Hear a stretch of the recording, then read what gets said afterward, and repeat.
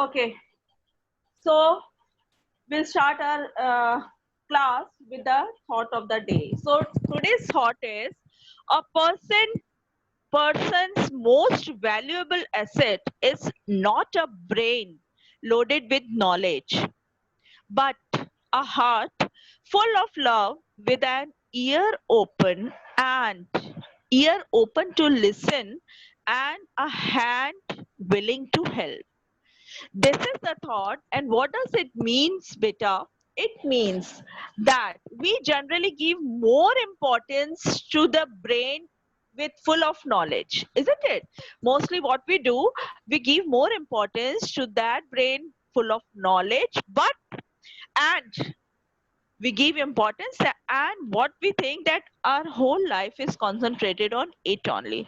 But however, we forget that about the simple and most powerful thing of life, like love and helping each other. If you're having a heart full of love and kindness, that is more important.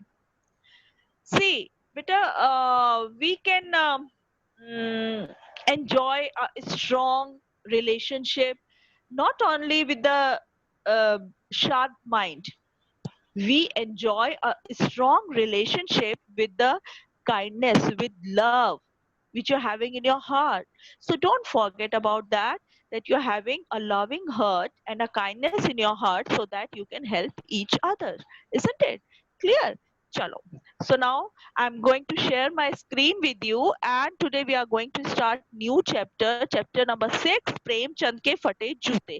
कल तक हम कर रहे थे नाना साहब की पुत्री मैना देवी को भस्म कर दिया, लेकिन क्योंकि अब ये चैप्टर कट चुका है तो हम आज से करेंगे new chapter, chapter number 6, Premchand के फटे जूते. So I'm sharing the screen. Mute yourself and nobody will interrupt in between.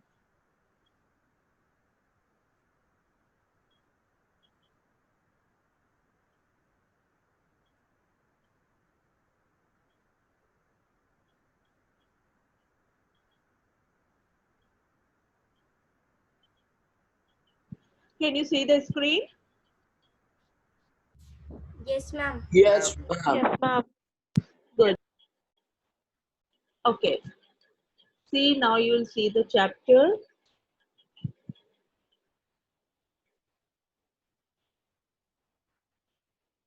Chapter over here, Premchand के फटे जूते, जिनको लिखा है श्री हरि शंकर परसाई जी ने. ठीक है, वो इसके लेखक हैं. और अभी मैं आपको सबसे पहले बताऊंगी श्री हरि शंकर परसाई जी के बारे में, थोड़ा सा उनका जीवन परिचय आपको दूंगी. ठीक है, उसके बाद फिर हम पाठ की शुरुआत करेंगे. It's loading. Okay, it has come now. Okay. See. Can you see now?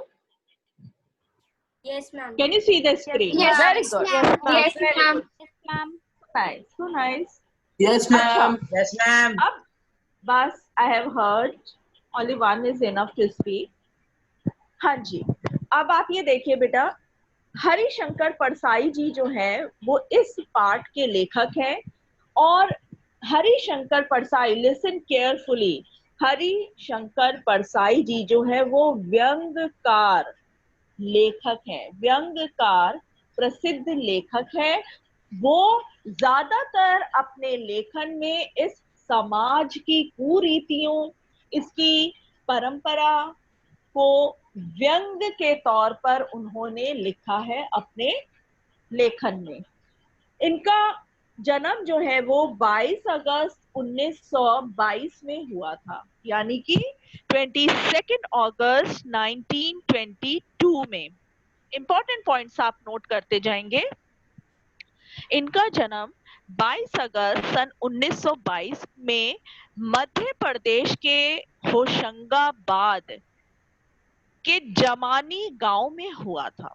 ठीक है, और उनकी जो आरंभिक शिक्षा थी, यानी कि जो बचपन से उन्होंने शिक्षा ग्रहण करना शुरू किया, वो गांव में किया।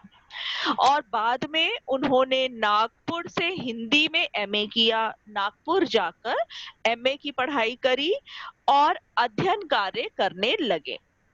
और सन 1947 यानी कि 1947 से उन्होंने लिखने का कार्य शुरू किया। जो साहित्य है वो लिखने शुरू करे। और उन्होंने जबलपुर में वसुधा पत्रिका का प्रकाशन शुरू किया, जिसकी काफी सराहना हुई, काफी तारीफें हुई। और बाद में उनका निधन 1995 में हो गया। तो ये थी छोटा सा जीवन परिचय हरिशंकर प्रसाद परसाई जी के बारे में। क्लियर? चलो अब हम अपना पाठ शुरू करते हैं प्रेमचंद के फटे जूते से। चलिए, Sharvi, can you read the first paragraph बेटा?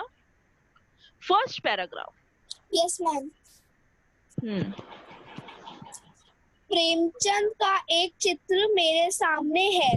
पत्नी के साथ फोटो खींचा रहा है। सिर पर किसी मोटे कपड़े की टोपी, कुर्ता और धोती पहने है। कनपटी चिपकी है। गालों की हड्डियां उभर आई है। हड्डियां उभर आई है, पर घनी मूछें चेहरे को भरा भरा बतलाती है। पाँव में कैनवस के जूते हैं, जिनके बंद बेतरतीब बंधे हैं। लापरवाही से उपयोग करने पर बंद के सिरों पर की लोहे की पतरी निकल जाती है और छेदों में बंद डालने पे परेशानी होती है। तब बंद कैसे भी कस लिए जाते हैं। Thank you Sharvi, thank you बेटा। अच्छा, अब आप यहाँ पे देखिए बेटा, सबसे पहले मैं आपको कठिन शब्दों के अर्थ लिखवाना चाहती हूँ, तो be ready with your notebook and pencil. सबसे पहले नोटबुक और पेंसिल लेके तैयार हो जाइए।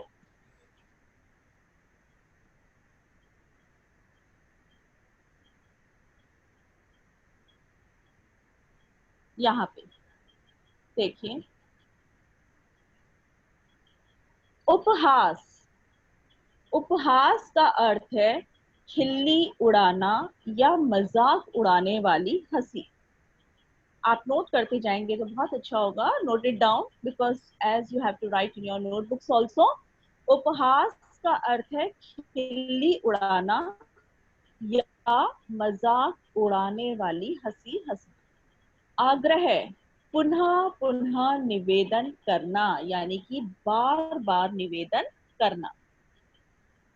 कलेश यानी कि दुख। उसके बाद है तगादा यानी कि तकाजा। पन्हैया यानी कि देशी जूतियां। बिसरना का अर्थ है भूल जाना। नेम का अर्थ है नियम। धर्म यानी कि कर्तव्य। बंद, यहाँ पे बंद फीता को कहा गया है। फीता जूते में बांधने वाली जो लेसेस होती हैं, फीता कहलाती हैं। बेतरतीब, अव्यवस्थित ढंग से, मतलब किसी भी तरीके से जल्दबाजी में उसको बांध लेना, अव्यवस्थित। अब आप ये देखिए, ठाट यानी कि शान। और बरकरार का अर्थ है बचाकर। बरकाकर यानी कि बचाकर। चलिए,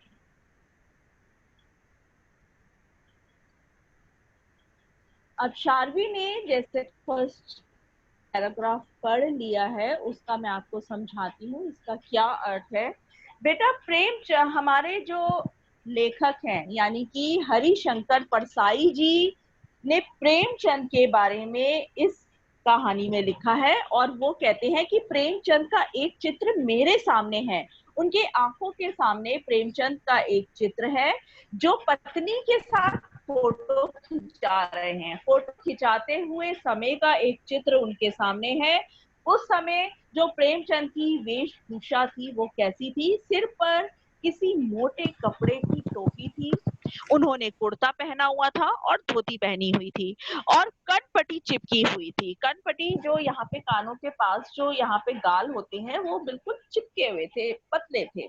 गालों की हड्डियां जो है वो उभर आई थी, गाल इतने अंदर घुसे हुए थे कि उनकी हड्डियां बाहर निकल आई थी गालों की। आपने अगर कभी प्रेमचंद जी का चित्र देखा होगा तो आपको ये पता चलेगा कि प्रेमचंद जी बहुत दुबले पतले से थे, उनके गाल अंदर धसे हुए थे और ये गालों की ऊपर की हड्डियां जो है वो बाहर निकली हुई दिखाई देती थी।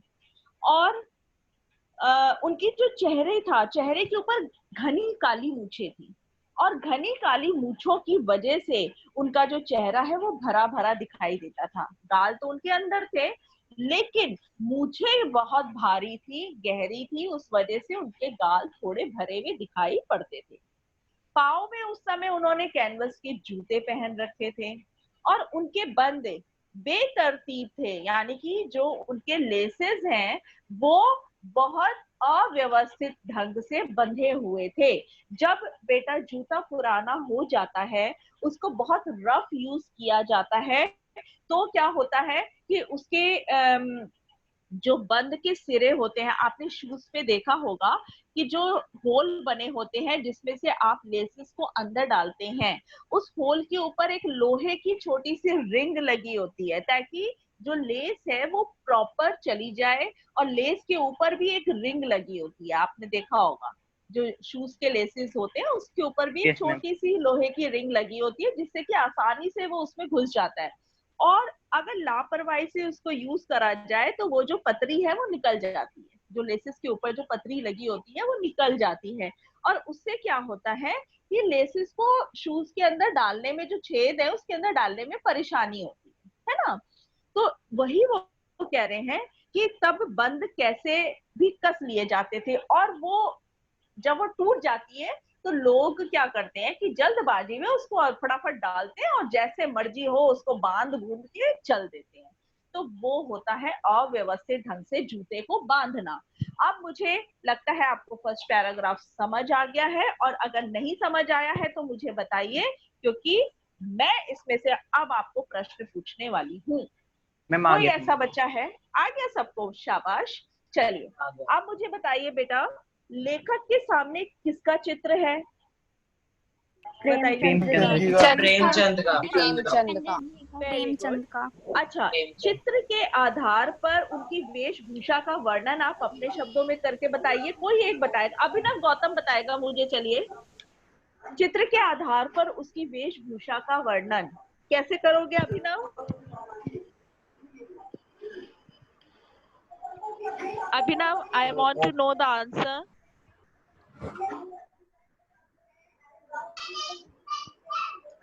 Don't know?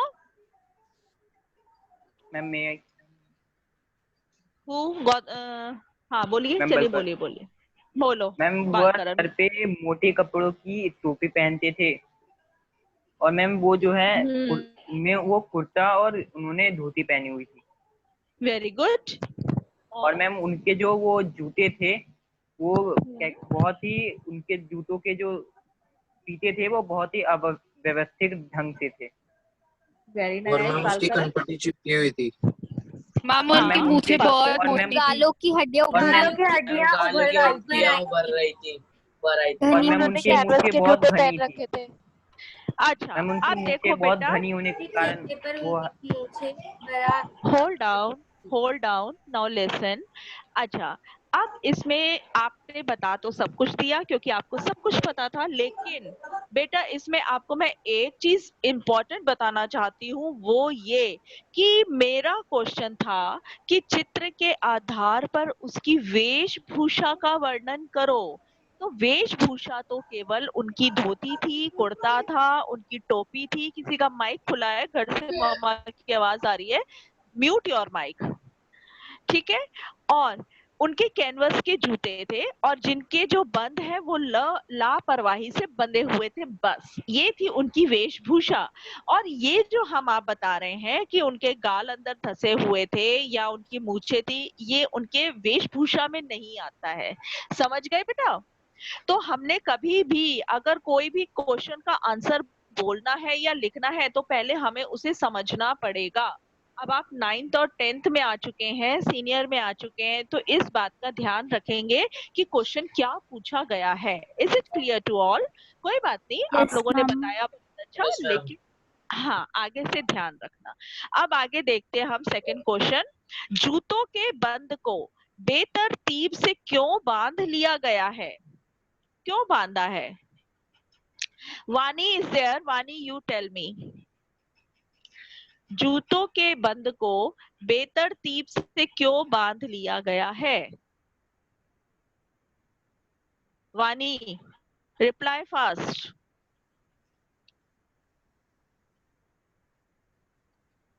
No reply, it means you don't know. Are you ma'am there और नॉट? मैं चलिए नेक्स्ट, एनीवन एल्स? मैम उनकी जो एनीवन वो एल्स? लोहे की पतरी थी वो निकल गई थी जूतों की। शाबाश। लोहे की बंद के सिरों पर लगी हुई लोहे की पतरी निकल जाती है और उसके बाद क्या होता है? मैम उसे डालने में परेशानी होती है। मैम छेदों में डालने से शाबाश, परेशानी होती है। परफेक्ट, डालने की बहुत परेशानी होती है। परफेक्ट। और इसीलिए जो जूतों को जैसे तैसे बांध लिया जाता है अव्यवस्थित ढंग से। शाबाश। अब लास्ट में एक और क्वेश्चन पूछती हूँ बेटा इसमें से कि आप चित्र के आधार पर चित्र के आधार पर नहीं, जो लेखक ने आपको बताया है उसके आधार पर व्यक्ति की यानी कि प्रेमचंद की कोई भी दो विशेषताएं बताइए। जो हमने फर्स्ट पैराग्राफ पढ़ा है उसके आधार पर प्रेमचंद की कोई भी दो विशेषताएं बताइए कि वो कैसे होंगे, उनकी विशेषता वो क्या है? बहुत ज्यादा दुबले पतले थे। मैं बहुत ही सादे ये खाने का बहुत शौक था। और मैम उनको जो गालों की हड्डियां थी वो बाहर आ गई थी, उनका गाल बहुत ज्यादा अंदर धंसा हुआ था। ये विशेषता नहीं है बहुत बेटा। घनी उन्हें दिखावा पसंद नहीं था। यस मैम वो बहुत परफेक्ट, सीधे थे। परफेक्ट। उनको दिखावा पसंद नहीं था, वो सादा जीवन जीते थे पर अपने विचारों को ऊंचा रखते थे। ये विशेषता है उनकी। तभी तो, नहीं तो बेटा एक बात देखो, अगर हम फोटो खिंचवाने जाते हैं अपनी फैमिली के साथ तो हम बन के जाते हैं, हम अपने बाल भी बनाते हैं, हम अपना मुंह भी ठीक करते हैं, हम कपड़े अच्छे पहनते हैं कि फोटो अच्छी आए, होता है ना? ऐसे तो नहीं बैठ जाते फोटो खिंचाने।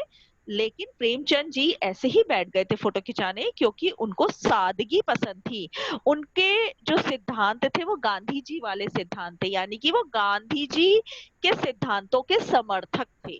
ठीक है, उनका सादा जीवन था, उच्च विचार करने वाले थे, उनको सादगी पसंद थी। ये उनकी दो विशेषताएं थी, तभी वो ऐसे फोटो खिंचवा रहे थे। क्लियर बच्चा? चलो अब आप ये तीनों क्वेश्चन नोट कर लीजिए। फर्स्ट क्वेश्चन लिखिए, अर्थ ग्रहण। अर्थ ग्रहण का फर्स्ट क्वेश्चन नोट करिए। लेखक के सामने किसका चित्र है? ये मैं आपको साथ के साथ इसीलिए क्लास में डिस्कस करवाती हूँ कि आपको लिखने में परेशानी ना हो। Is it clear?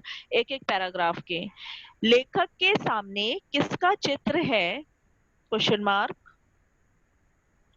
उसी के आगे लिखेंगे चित्र के आधार पर,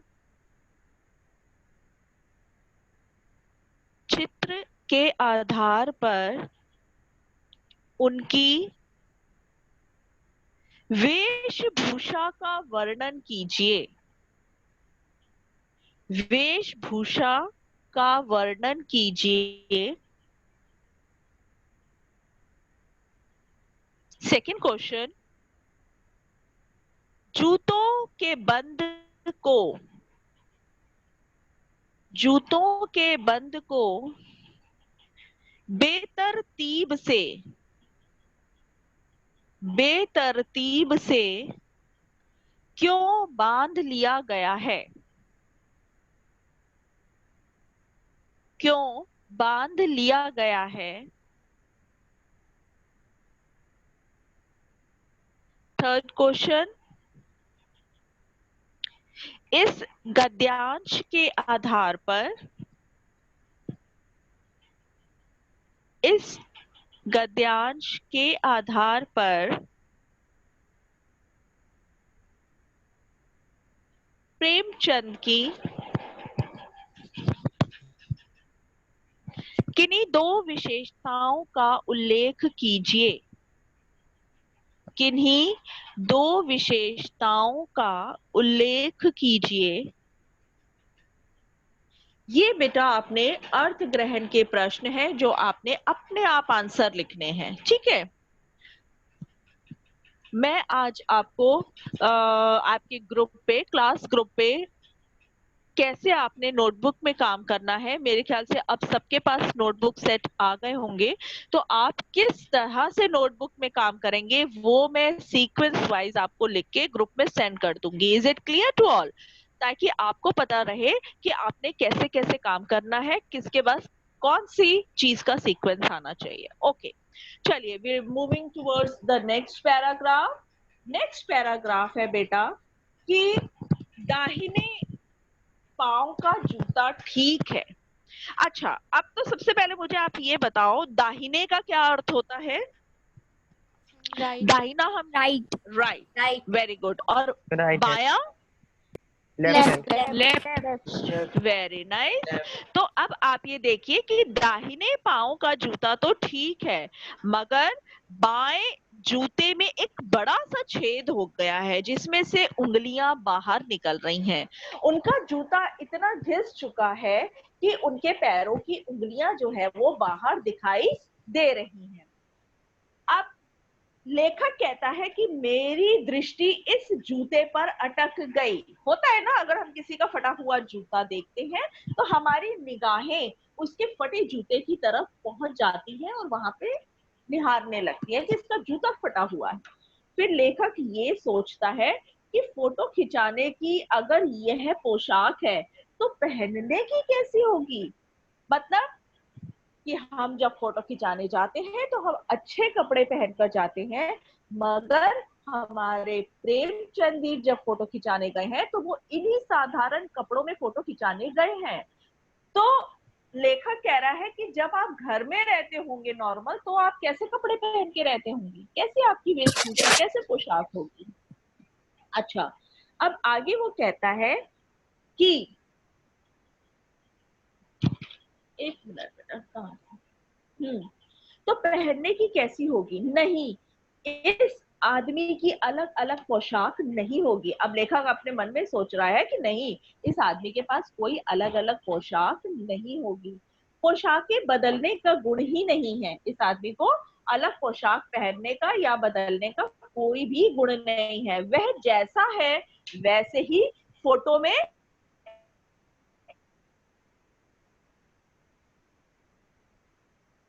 खिंच जाता है।